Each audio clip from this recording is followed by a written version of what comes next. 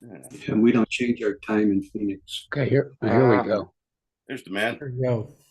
Yeah. Hey, hey. Hey, Robben. Hey there. Hello there. Hi. I can't tell you Hi. how complicated that was getting on here. Hey, Well, this movie is on right now. It's up for so many Academy Awards. I'm sorry, I'm trying to clear I'm my sorry, are you screen on here. something? Okay, at least I've got Is that your Zoom? the screen clear. Let's see, am I on there? Yep. Yes. I am? Yeah. We can see Yes, you. am I? Yeah. I actually don't see myself. We So, see. There you are. You, You look fine, Robin. okay, it's just kind of weird. I'm not used to it. Immersive, should I be on immersive? Or maybe gallery. I don't know. I'm on gallery. Okay. Yeah, so let's see if immersive, show self view. That's the right. There I am. Okay. I just feel strange when I'm not on there. How's everybody doing? Great. Take the shirt off there. Yeah, so I'm in an Airbnb in this town outside of Paris. You know, Kelly and I left our place on a week ago yesterday, March 4th. So bye-bye, you know, to that flat in Paris. And, you know, now we're going to be moving around for a while until we finally, most of you probably know, you know, we have to go back to the United States to apply for our UK visas. So that's a drag, but I think it's also going to be kind of fun to be in New York we're going to stay out in Brooklyn. We'll be there for almost 2 weeks before we go to Japan, and Japan will just be fantastic. I can't wait to do that. Nice. And then back to New York for a few days, and hopefully our visas are cleared, and then we go to the UK. Very end of April, first part of May, something like that. that sucks. You couldn't do that online. No, you have to be for a visa, you have to be in the country of your origin. Ah, That's right.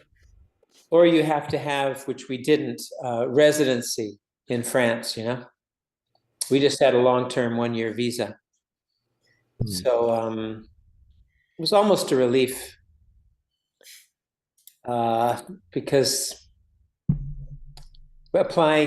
doing all of that in France was just insane. Hard enough to do it with the UK, and you all speak the same language.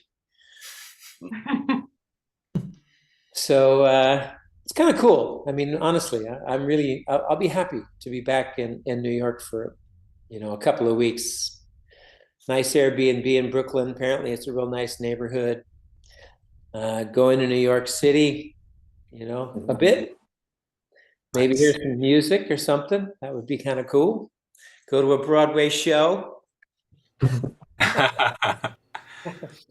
get some pizza. New York pizza is not all it's cut out to be.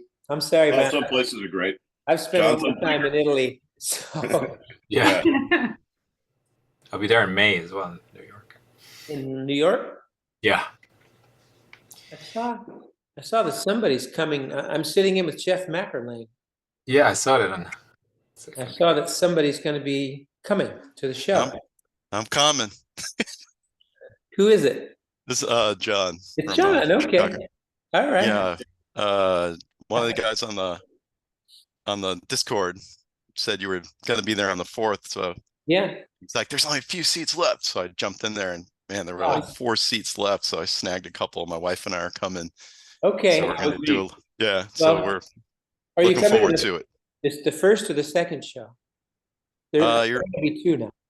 oh, I'm not sure. I'll have to check. Yeah. Okay. I saw one show on the 4th. Yeah. That's the one we're gonna be at. Yeah. It's going to be 2 shows. That show sold out pretty quickly. You said there were 4 seats left. I saw At the time. Yeah. At the time.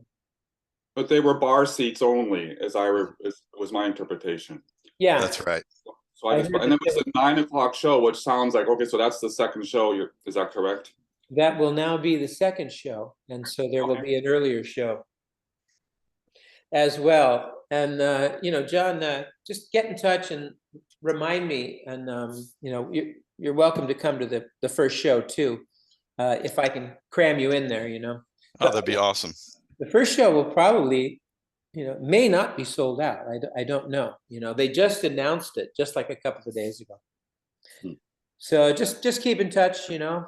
Anybody Yeah. who's there will, you know, we'll sneak them in the back door. Are you going to be able to do any of your stuff from Pure? Oh no, No, that's bad. too complicated. That music is just a little too complex.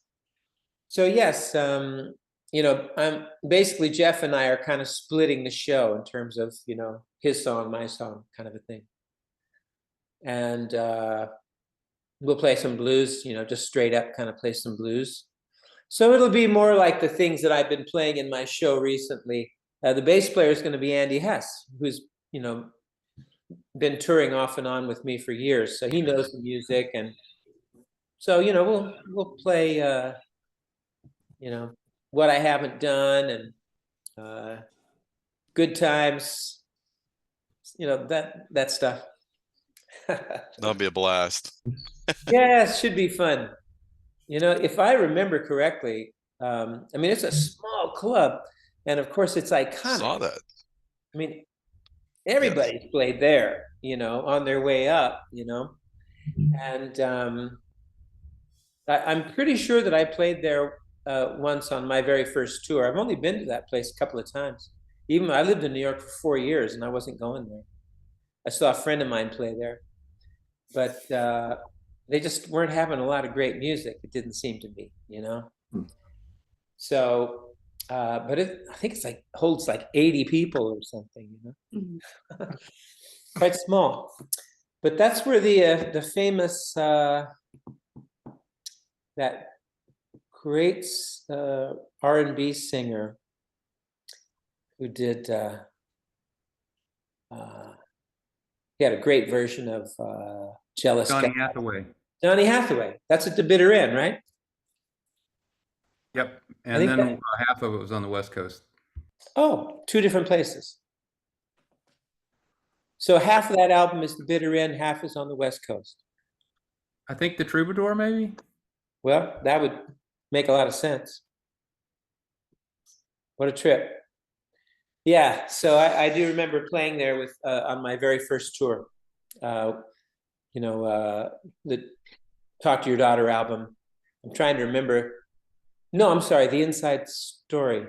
Yeah, The Inside Story, my first tour. And Gary Bartz, the alto saxophone player, was there, and he sat in. I think he said, "Hey, man, can I sit in?" I'm like, "You're Gary Bartz." And that was cool. If you're not hip to Gary Bartz, that is a bad man. He's getting old now, you know, so he doesn't quite have the same, you know, command and embouchure and all that. You know, the embouchure things. That's got to be rough for horn players as they get older. But anyway, it was great. So, Robin, you had a chance to play with Wayne Shorter since he just passed away? No. Yeah. I did not. And you know, honestly, I don't think I would have fit, even though I've been so influenced by him. Yeah. I only saw him with a guitar player one time, and that was Larry Coryell. And it was an odd pairing and guitar in Wayne's thing. It just didn't make sense somehow, you know. Much more, you know, his keyboard thing, like the guitarist, it just didn't really work. He was like a fifth wheel, you know, in that situation. I couldn't see Larry Coryell working in that, but you know, I could see other guys. You know, I always thought Zawinul kind of had a guitaristic way of playing keyboards sometimes, you know.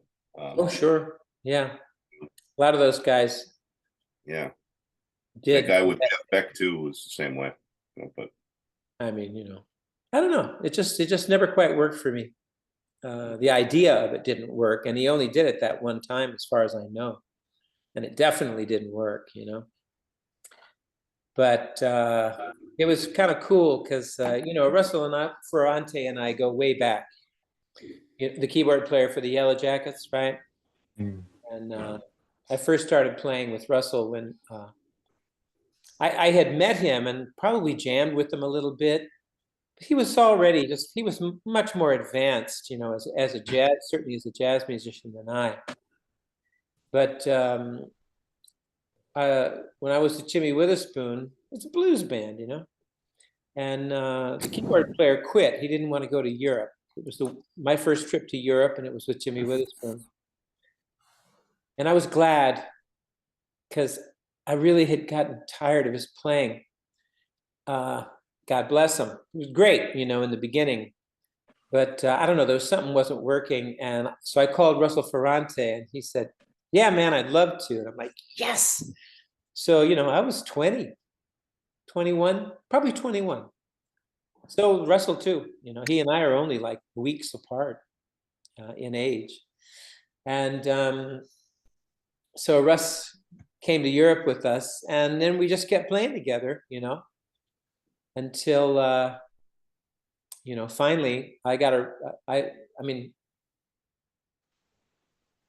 I got the offer to play with Joni Mitchell and all of that, you know. So I went on a 2-year journey there, and I said, he was living up in the Bay Area, San Jose, and you know, I was in LA, and I said, so when I get a record deal, Russ, I'm calling you up. He goes, okay, you get a record deal, I'll move to LA. I'm holding to that, you know. And sure enough, I got a record deal. I called him up. It was like 2 years later, you know, and he moved down to LA, and we started, you know, getting the group together that eventually became the Yellow Jackets. So pretty cool. Yeah. Fun. Yeah. It's been a little, yeah, I stumbled across some Renegade Creation the other day, and I had to watch a bit of it, you know. There's not enough of it because that band, you know, for me was just, you know, it was really a great band, and I loved writing for that band and making that music. I had really wished that band had some legs, but, you know, nobody knew who Renegade Creation was, you know. So what do, you know? Doesn't matter who's in it. Renegade Creation, you know, it's like, who are they, you know?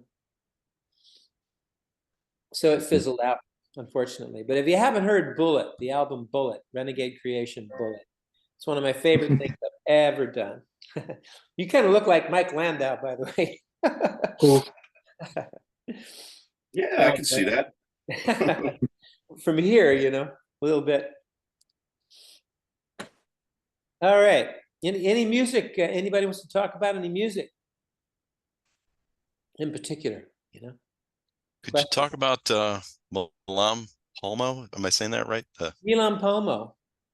Milan Palmo. Yeah. Totally in love with that song right now. Would love to just hear about that. Yeah. I saw your Wild Honey. Oh, I was out jogging, yeah, and just had that on rotation, just over and over. And you came. I get obsessive about things, so I just listen to it, cool. And I'm getting ready to, you know, I've been working on Go. Mm-hmm. So yesterday I had Go full volume, practicing, you know, like gig mode, you know, like it's one of my favorite ways to practice when I'm getting something together, you know. Great, man. Yeah, and you shared, you know, that change of E, G, B flat, and then that's all.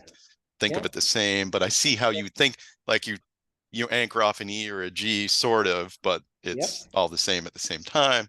Mm-hmm. So I've been really, you know, I feel like pure to me is like I have to learn the whole record. It, like, you know, that's important to me to learn the whole record, and that I'll be a better musician at the end of that, you know, for sure. You know, awesome. So it's my current mission, and I'd love to hear about Milan Palmo, if you don't mind talking about that. Well, you know, Wild Honey from the Purple House, that was like my first kind of love song to Kelly, you know, when we were first connecting. And Milan Palmo is one of her Buddhist names. And so that's the meaning of the title. And it means dream girl. And so anyway, that, you know, that lick that's in Wild Honey, you know, that pentatonic thing. Yeah, I learned that tune. Yeah. So I know exactly what you mean. Yeah. The Yeah, I descending heard line. you play it. Very Hendrixy, the whole thing, by the way, like, you know, like as you indicate. Yeah. But as I learned it, I was like, wow, this is so Hendrixy, you know, in a wonderful way. Right on. Yeah. Yeah. And so the melody, let's see. No, I think I started with the chords. That's one of the songs where I just started kind of playing those chords. And for me, again, everything starts as a rhythm and blues song, you know? This is just a little tip, because, you know, it can become anything, but because I know my limitations, I know the way I play, I know the way I play best, I stay in there. I start there. I always start from the ground, you know? Don't try to do something that you don't already have some idea, you know? Start there. Seems like a key tip. Yeah. And that whole record for me was like, all right, I made up my mind. I'm going to do an instrumental guitar record. Thinking, who are the people that, you know, it would be compared principally to, you know? It's going to be like people like Eric Johnson, you know, or all these super, you know, tough guys, you know. Just saw him last night, you know. Oh yeah, how was the show? It was great. It was great. Yeah. Roscoe Beck on bass. Yep. He was there. Yep. So so that's kind of where it started, and then I kind of felt this the 7 in there, you know. 3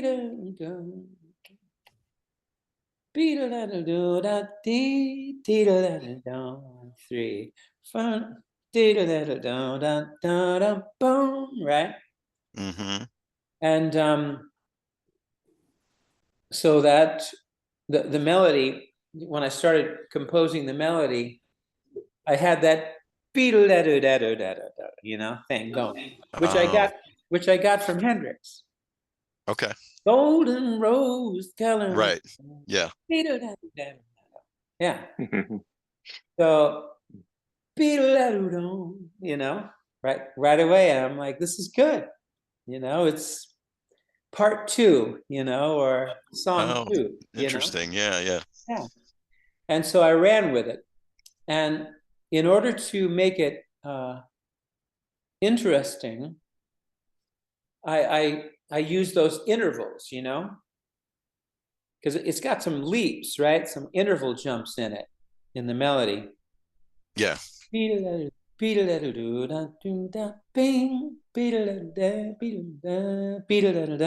So there's a theme, right? Right?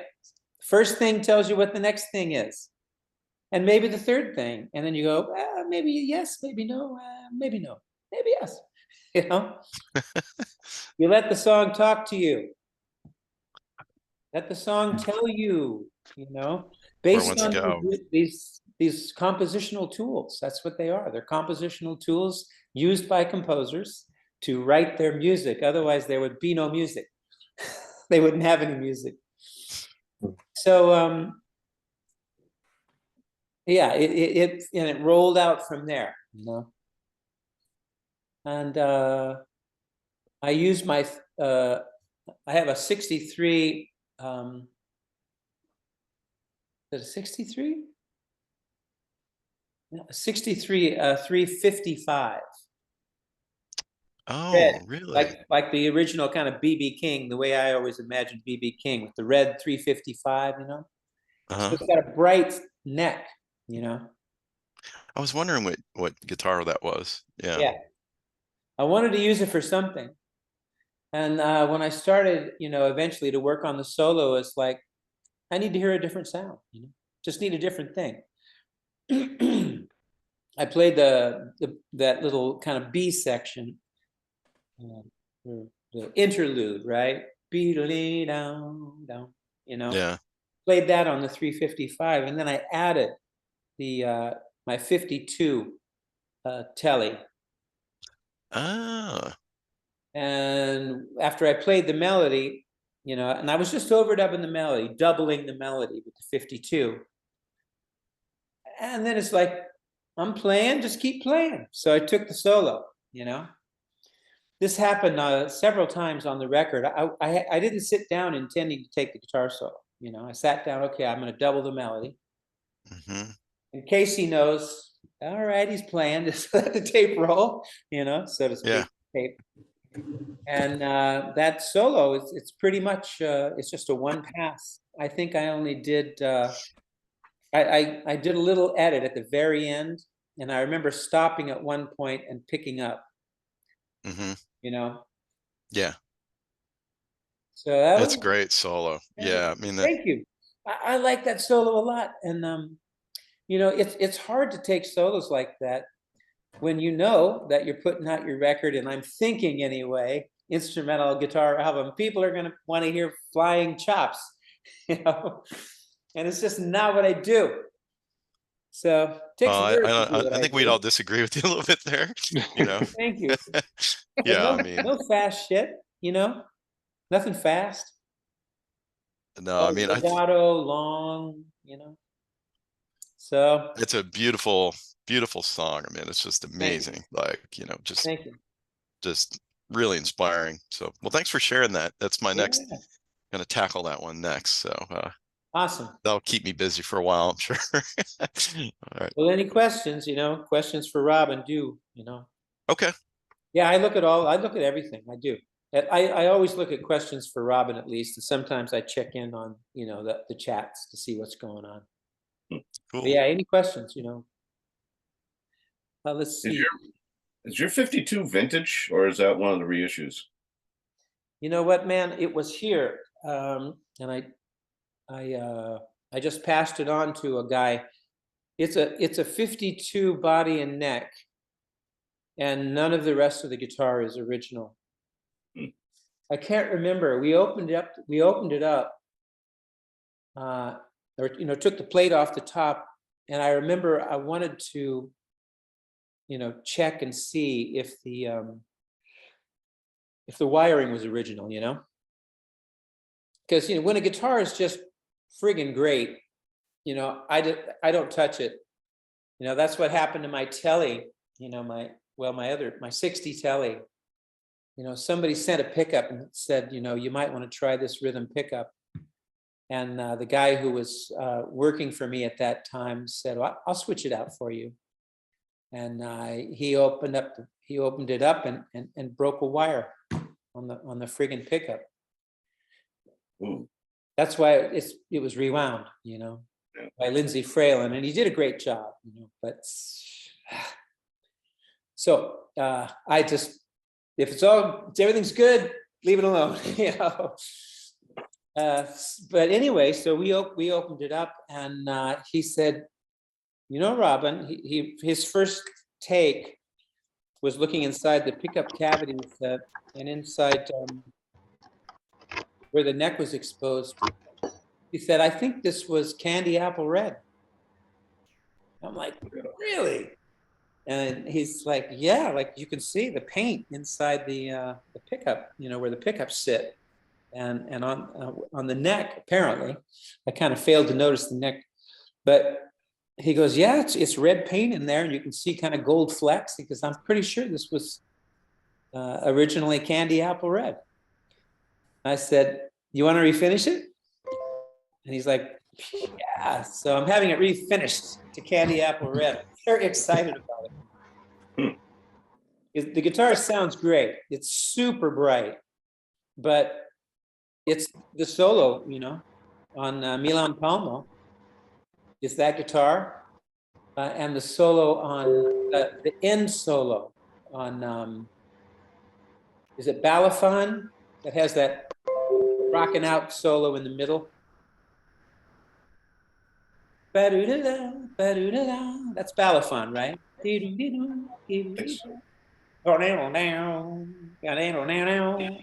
Right?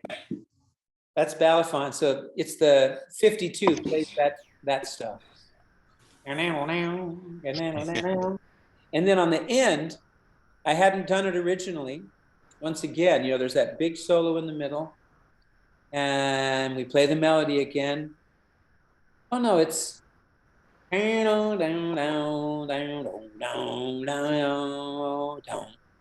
Tail. Yeah, Yeah. that solo on that is insane. Yeah. In the middle. Right. Yeah, that's my Epiphone. Believe it or not. But on the end, there's a tag solo. And once again, I was just doubling the melody on the end. It went into that space and I just went for it, you know. And that's Is that the one where you really tear into it, like the heavy rock vibe? Licks in it, you know. Yeah. On the very end. It's on the very end of the song, on the tail, you know. Yeah, I'm like, do I do that one next, or you know, those are the two right now that, you know. Is there any correlation between those two tunes, like No. Palma? No. No. I think I wrote Dragon's Tail was like the first idea that I had for the album was either Dragon's Tail or Pure. Because I'm thinking twangy guitar, you know. Yeah, and then you ended up with just the bass line at the end, which is cool. I love that ending, man. I was like, no, that was a great idea, you know. It's a riot. Yeah. Yeah, we did all kinds of things on that record that I've never done before, you know, just like use the studio, you know. And, you know, it's like, you know, pieces of a paint, like it's like a painting or something, you know. Like red here, you know, black there, you know. Doesn't have to be all one thing. Like, go ahead and, you know, fool with it. Collage, a little bit collage-like, you know, kind of thing. I listen to it every day. From Tiger Walk, huh? I'm sorry? Different approach than Tiger Walk. That sounds like it's just like a jam in the studio. I love the rawness of that. Yes, indeed. That was kind of the idea with that record. And I think the only melody, when we did Tiger Walk, I think the only actual real melody that I had composed was Oasis. That song. Yep, I know it very well. Beyond that, almost the entire album was just chords. It was just chords, rhythm section. I did this with Jing Chi too. It's like I would have a basic, you know, chordal rhythmic thing, and we cut it, and then bring it back, and it's basically a bunch of rhythm tracks without a singer kind of thing. And then I would write the melody, compose, you know, not write, but compose the melody, listening to the rhythm tracks, and here's this space, and you know, it feels like this. A lot of that record was done like that, and Jing Chi, a lot of Jing Chi was done that way. They were just rhythm tracks. Kind of wild. That was one of my biggest leaps into the lion's mouth. Was going to New York with a bunch of rhythm charts and working with Steve Jordan and Bernie Worrell and Charlie Drayton. Woo! I was scared to death, man. I was. That's heavy. Yeah. And at the end of the week, my manager was scared to death. He goes, Robben, it's just a bunch of rhythm tracks. I says, don't worry, it'll be okay. That's like one of my favorite albums that you've done, though. I want to get it on vinyl, actually. Oh, wow. Yeah, me too. In terms of favorite albums, you know. Absolutely. Yeah, that Oasis and Freedom, those are a couple great songs. I quoted them all the time when I'm playing. Oh, right on. Yeah. I'm glad you mentioned Freedom, because I thought about starting to play that one again. Yeah, that's a great one. I had this dream the other night, and you know, scene opens in the dream, and someone's standing in front of me, and they have a chart like in my hand, and it's like the chord and rhythm chart for my arrangement of that song, "The Way You Treated Me." And he goes like this with the chart, and he holds it up to me, and then all these charts in my handwriting start coming toward me of like my songs, different songs. It was like, and I woke up and I'm like, man, I have a lot of songs. I have a lot of music back there that I could actually start playing. And you know me, it's like I try to leave it all behind me and write some new music and do some new music, you know. And it actually was like, okay, maybe I even should, you know, do some of that old music. I hate the idea on a certain level, but it's also kind of a relief. It's like, man, you don't have to reinvent the wheel. You know? All this music still makes me feel weird to even talk about it, talk about doing those old songs, because I did them so much, you know. Like you play a record for a couple of years, you know. I get tired of it. I could see, like, you know, I was thinking of doing some of my songs that I wrote back in the 80s and to see Yeah. how I could approach it these days, you know. Yeah. Of course, I went back then, you recorded on tape, and, you know, I still have the tapes. So I was thinking, okay, let's see what this sounds like. You know, I Yeah. have a lot more ideas these days than I did then. Uh-huh.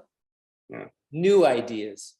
New ideas, yes. Yeah. And I'm much more proficient on the keyboards than I was back then. Okay. I'd keep going forward. Yeah. Yeah. I watched this little video, you know, every now and then I kind of check out what the Yellow Jackets are doing, you know, or have done. And I came across this version of, they were playing live Matinee Idol, which is the very first song on the very first Yellow Jackets record. Go to the ground, and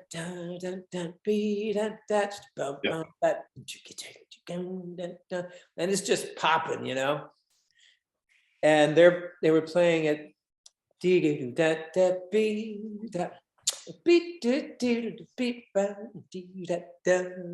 It's like, I get it, but you shouldn't do it.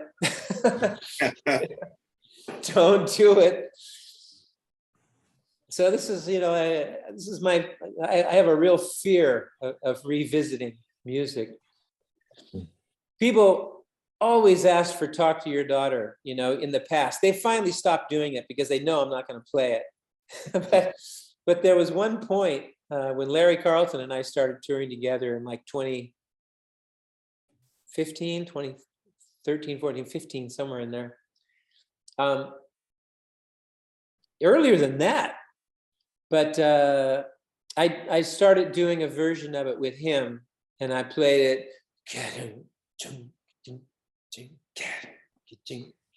like that. Mama, Papa, please talk to. So the same kind of thing as the Yellow Jackets, right? But it's funkier and it's bluesy and its guitar is funky, you know, and it's a blues. And it actually kind of worked, and it absolutely made everybody happy. And I didn't have to go, "Talk to your daughter," you know, which is what that feels like to me. It's just sort of like, I feel like a little, you know, bobblehead, baseball bobblehead guy or something, you know, just kind of makes me feel silly. But doing it that way actually kind of felt good, and we had fun with it. And everybody had fun with it. They kind of got the inside joke of that, you know, and it worked. But I just can't do it anymore. Why? Write something new, you know. Your amp sound was really great on that record, though. Was that Which one? early in the Dumble? Which album? Talk to Your Daughter. Oh yeah. I mean, that's right at the very beginning, you know. Got a question. Can I ask you a question about Fractal? Fractal? Yeah, they've got in their I don't know what that is. Fractal, they do the amp simulations, the Axifex 3, FM9. Mhm. They've got a ODS 100 rhythm and lead Ford. Did they talk to you about that at all, or did they sample your rig, or did they just go out on a limb and listen to records? Well, it's a good question. There was, I remember years ago, a very long time ago, somebody came in. I think it was what's that company? They kind of the first people to start doing a digital thing. Line 6. Line 6. I think it was Line 6. With the Helix. They came in and they somebody. I'm remembering it as Line 6, but so it's the only thing that I remember like this. Somebody came in and basically just measured the recording, you know, and diagnosed it, you know, through technology and created something, you know. Okay. And that's all I'm aware of, you know. I just, to use your name, I thought they would have had to license it through you at the very least, but that's probably a business end that you don't even have to deal with anymore. So, Well, you know, it's don't have to or just don't, you know. I suppose it could be Ford Motors. And yeah, they've been trying to sue me for years. It's a, you know, it's interesting. Fractal. Okay. Fractal audio systems, yeah. I'm going to write that down, and I'll ask my. Where's my money? That's it. My ex-manager, who's still a very close friend, he does things for me every now and then, and he'll know, he'll remember, or, you know, Fractal Audio, ODS 100 Ford. So, you know, maybe they bought rights from Line 6 or something, or maybe it was Fractal in the first place. I really don't remember for sure. But none of that stuff, you know, it doesn't work, you know.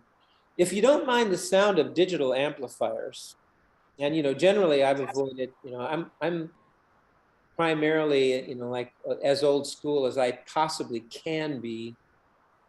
You know, Roland did the Blues Cube thing. And I was really impressed, you know. I mean, it's still digital technology. So it can't, you know, really do it. And I wouldn't necessarily recommend it. But at the same time, if someone is okay, you know, with solid state, you know, technology, they might like it, you know, and that's why I was okay with doing it, you know, because I felt like what I said to everyone when some of you may have even seen the demo, because there's a demo, it's on YouTube, and I said, this is as close as anything that I've ever played through to the sound of my Dumble, and it was true, and it is as close as anything I've ever played through, you know.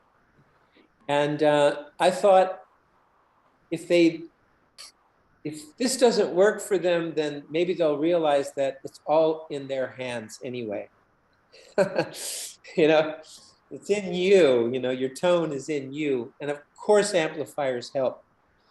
But some people, they don't want to plug into my amplifier and play. It's like, they can't do it. You know, I've told the story even recently, for some reason it came up, but Larry Carlton didn't like my rig and I didn't like his, you know. So, you know. So Robin, it's also said that Dumble really made amps specifically for a player, right? Yeah. So it is really tuned to your style, to your sound. Yeah. So somebody else might plug in and might be like, oh, it doesn't work for me. That's what happened, you know. Robin, speaking, I listen a lot to the album you did with Larry Carlton, Unplugged. Yeah. And I was wondering what guitar you're actually playing in that, and then how you sort of feel about or think about the relationship between electric and acoustic, because I wander around in that a lot. Oh, really? Yeah. Well, that guitar was made by Toru Nitono, a Japanese luthier. He's in the Valley in Los Angeles. Not sure if he's in Van Nuys or right out there in the Valley. Nitono Guitars. I'm pretty sure that's where you would find him. And it's a thin line nylon string acoustic, and it sounded great. You know, he's a friend, and he was the guy who did all my guitar work in LA. At a certain point, he became my #1 guy. And so he made this, and I loved it, you know. So that's the guitar that I was playing on that record. I eventually gave it back to Toru because he needed it more than I did, you know, because I don't really play. And this comes to your second question. Right. I don't really play acoustic instruments, and I'm not comfortable on them. Okay. I used to really enjoy, for a while, I had a nylon string acoustic that was sort of like a high-end student model, Romeo. I still own it, but it's in storage. And that's like on my album, Supernatural. That's the guitar that I'm playing on If and Don't Lose Your Faith in Me, those 2 songs. And man, I used to sit around the house and write and play on that guitar all the time. I really enjoyed it, you know. But you know, like just the more time went on, you know, the acoustics just, you know, I'm into it for a little while, and then it just falls away because I'm an electric player. And John, I think, you know, when you did that Wild Honey thing, you were not plugged into your amp, right? It was just your guitar? Yeah, I was just practicing, and then I thought, yeah, okay, so, let me see. So I got it, and I'm like, well, all right, you know. Yeah. So this is something I really feel strongly about, at least for myself. You know, I always play through an amp now. Always. You said that a few sessions ago, and I've taken to that, like practicing Go. I was full volume, like gig, you know, gig level intensity. Yeah, it's fun. I mean, if people haven't figured that one out, like it's a great way to practice. Just turn on that track at full volume and pictures yourself in the band, and you know, and let it rip. You know, it's a lot of fun. Yeah.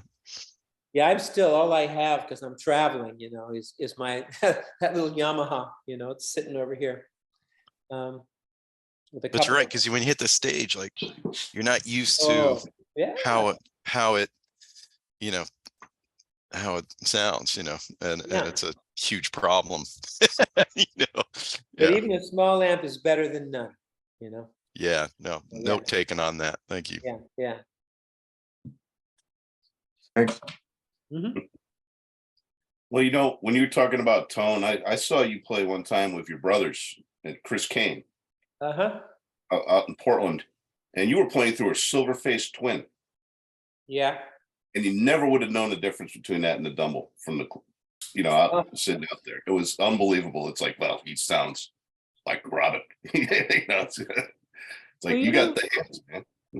Well, it's interesting. You know, I watched this little thing on Eric Johnson, and somebody sent it to me. Maybe one of you. Somebody sent this to me. Oh no, it was this pickup guy maker, and he said you should hear this because he's making pickups for me, and he wanted me to hear this thing. So, it was a live show, and you couldn't really see what he was doing. And then there was a rig, you know, him talking about his rig. So I went to the rig thing, and you know, he's playing through 2 twins, you know.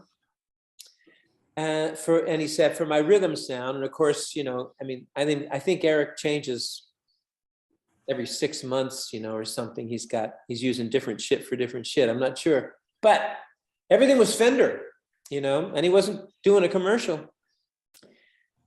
Fender's making good amps now, you know. I think we can trust Fender a little bit. And, Mike Landau, when he has the ML, right? The ML blues breaker, what do you call it? Oh, yeah, yeah. Yeah. Genius. And he said, you need to, he said, you need to replace the tubes. There were a couple of things he said you want to replace, I don't remember if the transformer was one of them. Transformers are so important, Can't remember exactly what he said. But, it's as good an amp as you can get.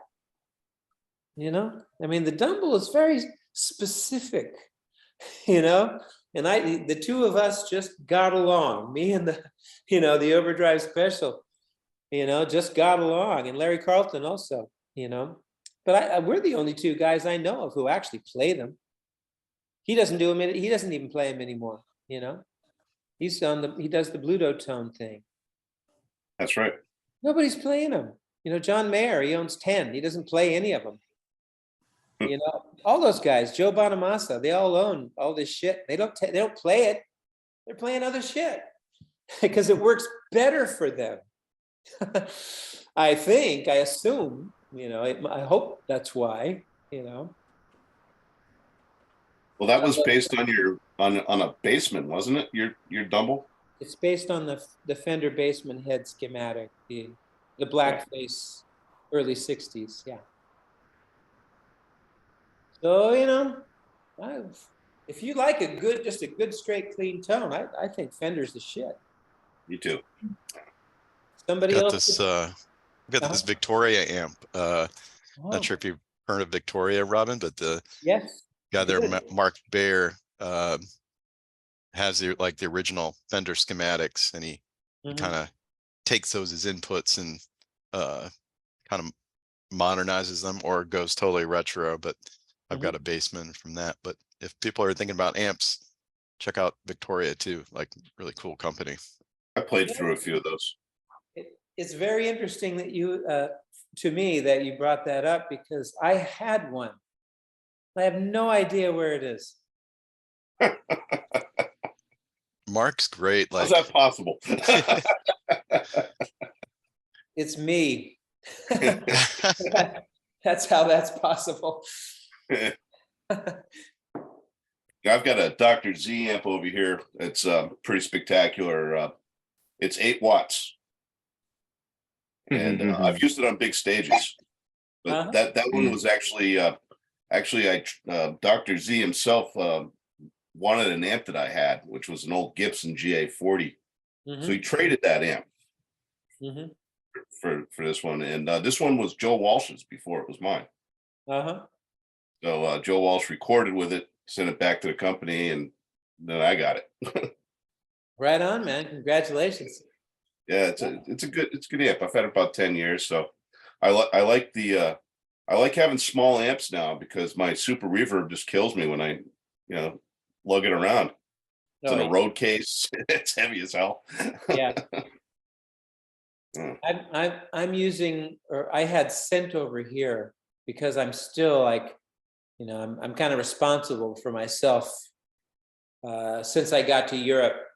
My people that I used to have, worked with me and would take care of shit for me, I don't have them anymore, in other words, cartage.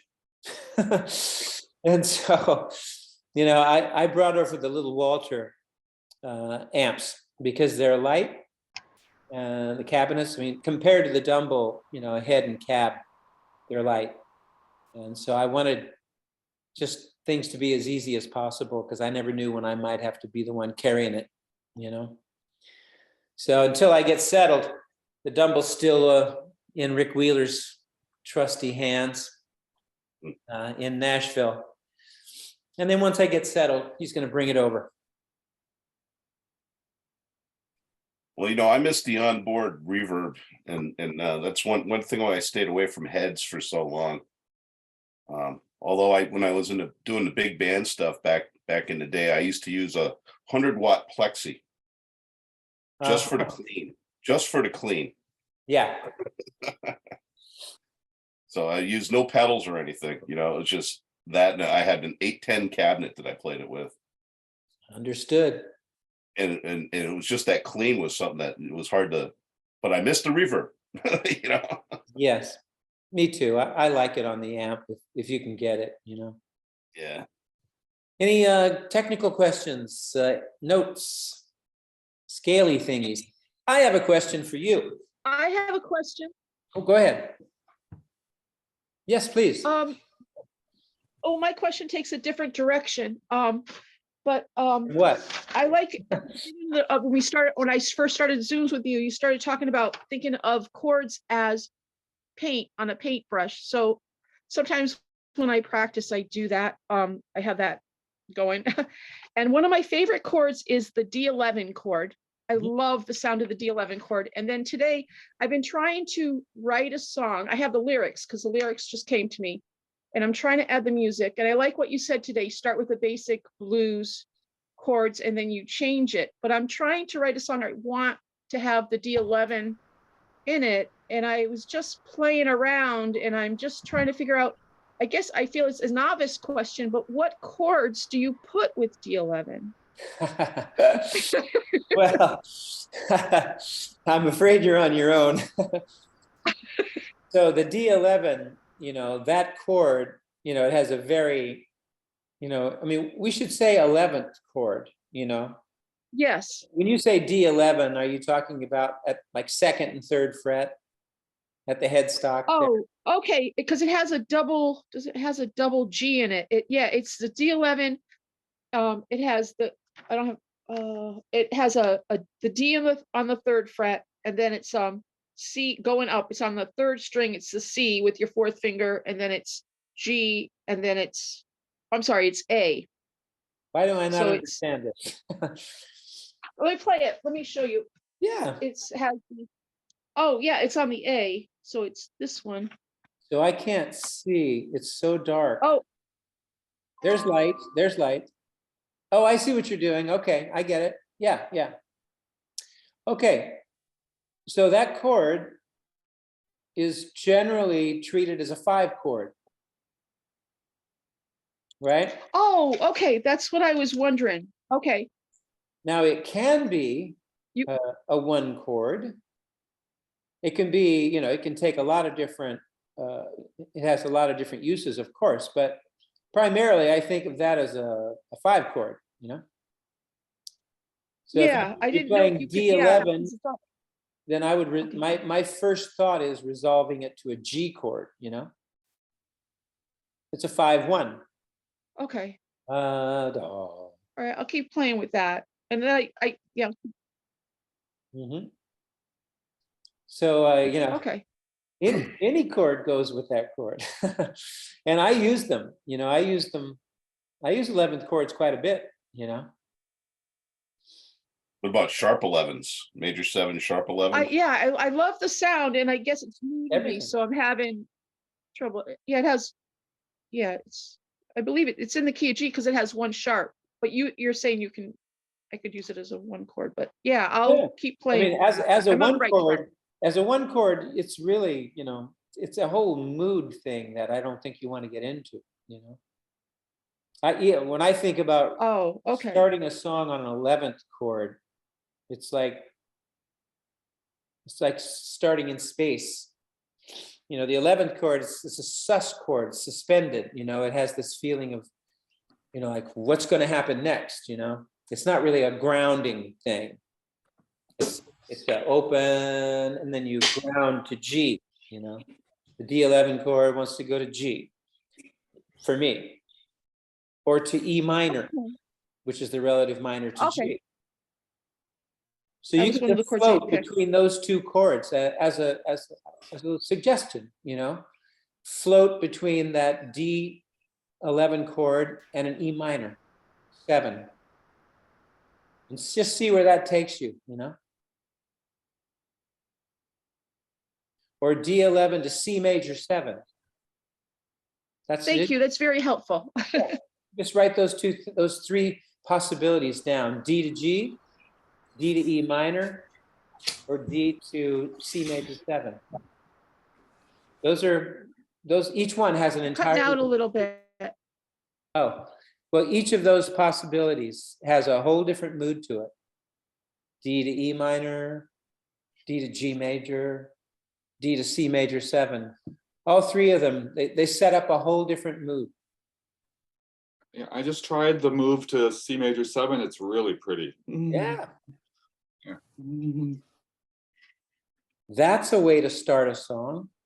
D11, C major 7, D11. Had Joni Mitchell. You know? Oh, okay. Might be something like that. And Okay, then I was on the right track. I think it was just kind of, it's a new sphere for me. But yeah, new chords, right? okay. New chord voicings. Oh yes, I have a question. Some of you guys actually know stuff about music, and I don't. Okay, so here it is. I accidentally hit this chord voicing. I know what it is, but what's more important is how it sounds. But basically what I played was this.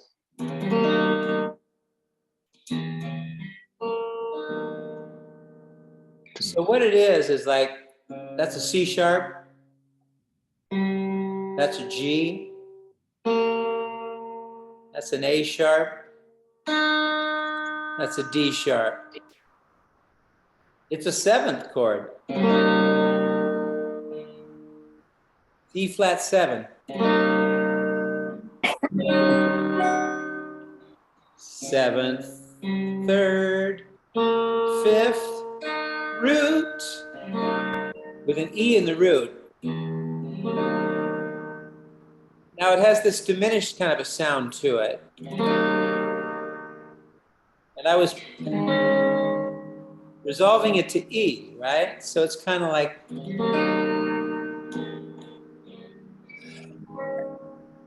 and I've tried to figure out the scale, because it's not any standard scale that I know.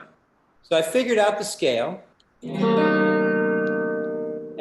it goes, for some reason, E flat is where I started, because that's my top note here, or D sharp. So what I found was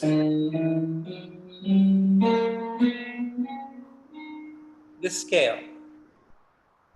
And it is the proper scale, and I've never played it before. I think I've heard it. I kind of hear it. I can hear it. And I could tell that those were the notes that were right for this, you know. So what I'm playing is D sharp, E. It's the diminished scale for 4 tones. Da, da, da, da, right, from E flat. Now a minor 3rd up.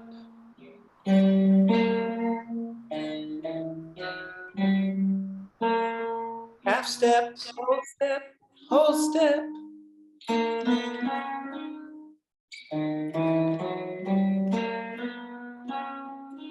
Those are the right notes. So you're playing also an open E on the bass? Yeah, but you can, several notes could be the root. I'm leaving. Yeah, that's the sound. Sure.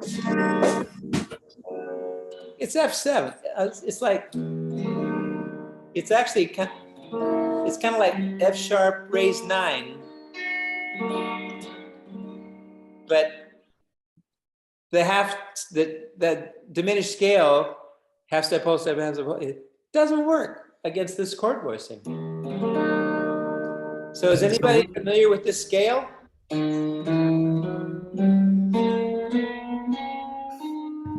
It almost sounds like a mode of the harmonic minor. Is it? It sounds like that to me. I agree.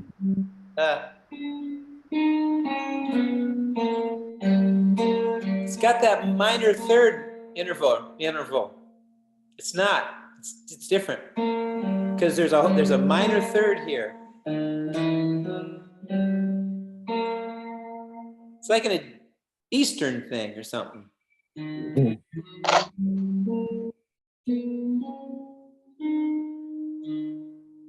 That's the scale. 1, 2, 3, 4, 5, 6, 7, 8. It's got 8 notes. Robin, what are those notes again? I want to write those down and kind of study that one tonight. Okay. So it's D sharp. I'm going to put it in sharp key. Okay. D sharp, E, F sharp, G, A sharp, B, C sharp, D sharp.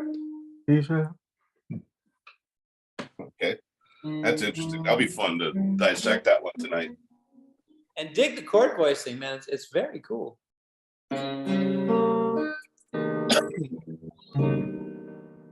And it resolves to B major 7, absolutely, because it's like an F sharp raised 9. What am I doing? Right there is a D sharp triad.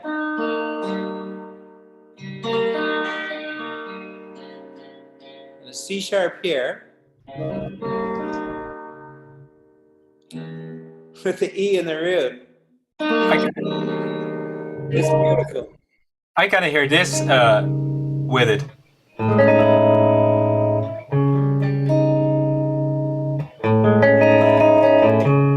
Kind of Zoodalures thing.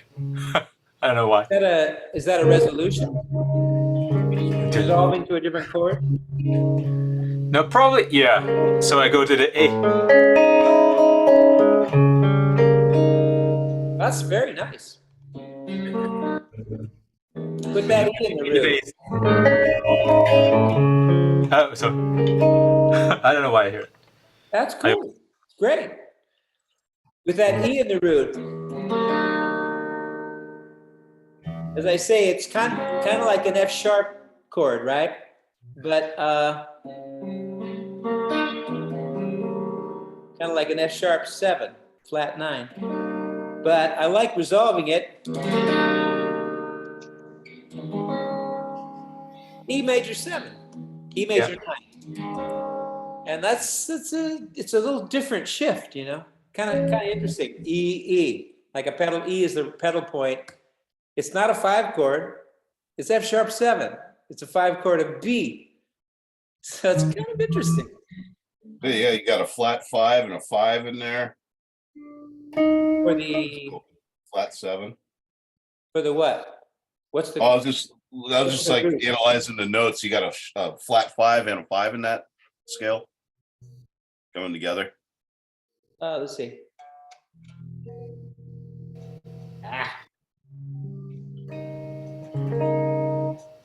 I don't know right now.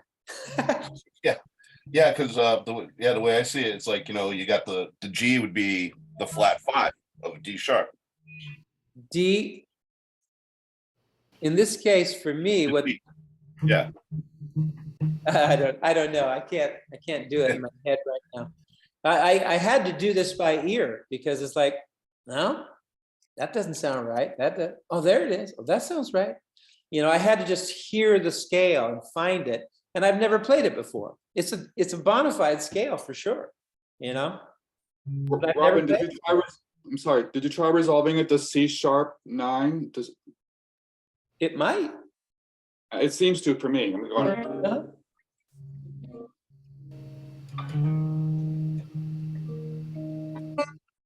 Whoops. I mean, it could. I imagine that it could. Yeah. It seems you got a flat 6, a flat 7, flat 5, a flat 9. I can't figure out why it's resolving to the C9. It works, but it seems to be right now. Well, what's interesting is that it's an 8-note scale, right? Is it not? Did I? Yeah, you got it. Yeah. 1, 2, 3, 4, 5, 6, 7, 8. Okay, so it's 8 notes. It's not. I was thinking the diminished scale has 8 notes before you hit the octave. So I was thinking when I said 8 notes, I was actually thinking there was an extra note in there. Because it has that thing. 2, 3, 4, 5, 6, 7, 8.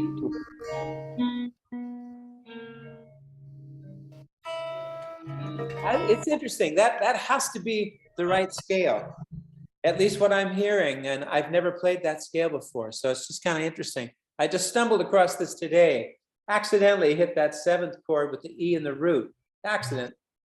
And it's led to this, you know, this kind of a new scale, and like, so how would you harmonize that scale, you know?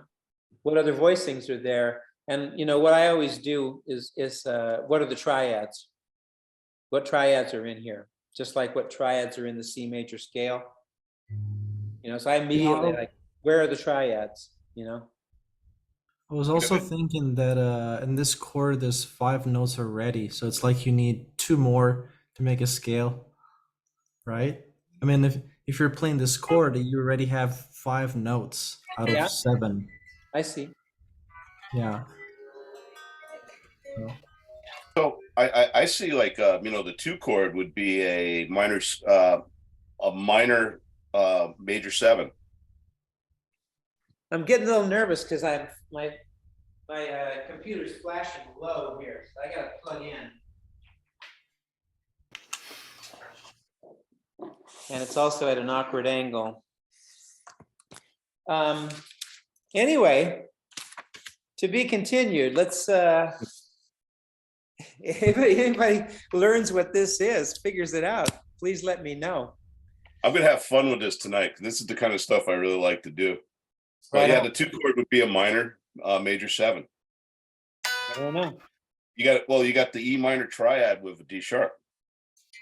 I don't know. Yeah. I'll look at it too.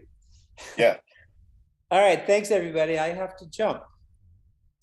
Right. Thank you. Thanks, Robin. It's been a Yeah, pleasure, Robin. We'll see you Thank next you. time. as always. All right. Thank you. Bye. Take care. Bye-bye. Thank you. Bye. See you. Bye. You.